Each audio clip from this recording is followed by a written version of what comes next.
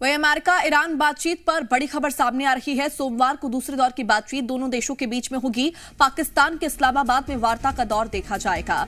Iran के अधिकारियों ने इसको लेकर पुष्टि कर दी है, तो दूसरे दौर की बातचीत भी पाकिस्तान में ही होने वाली है। हालांकि जो पहले दौर की बातचीत थी उसका कोई निष्कर्ष नहीं निकल पाया, सफलता उस बातचीत में हासिल नहीं हो पाई। अब देखना होगा जो दूसरे दौर की बातचीत है, जिसमें ईरान और अमेरिका दोनों के जो प्रतिनिधि मंडल है वो मौजूद रहेंगे।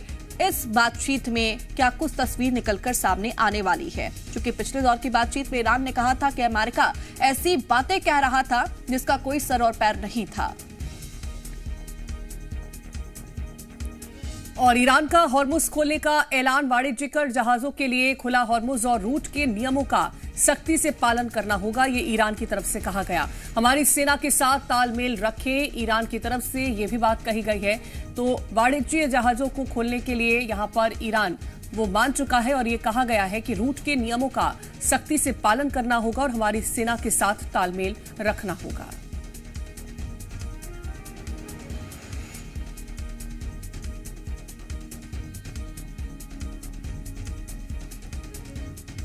फिलहाल अमेरिका और ईरान के बीच सीज फायर चल रहा है, लेकिन अब तक मुद्दों पर सहमति नहीं बन पाई है। और इसी बीच में ईरान के विदेश मंत्री अरागची ने हॉर्मुज को लेकर बड़ा ऐलान कर दिया है।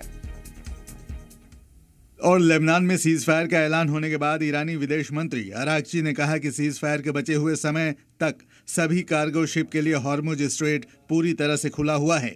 अरागची के इस ऐलान के बाद तेल की कीमतों में 10% से अधिक की गिरावट आई, जबकि ग्लोबल शेयर्स में भी उछाल आया।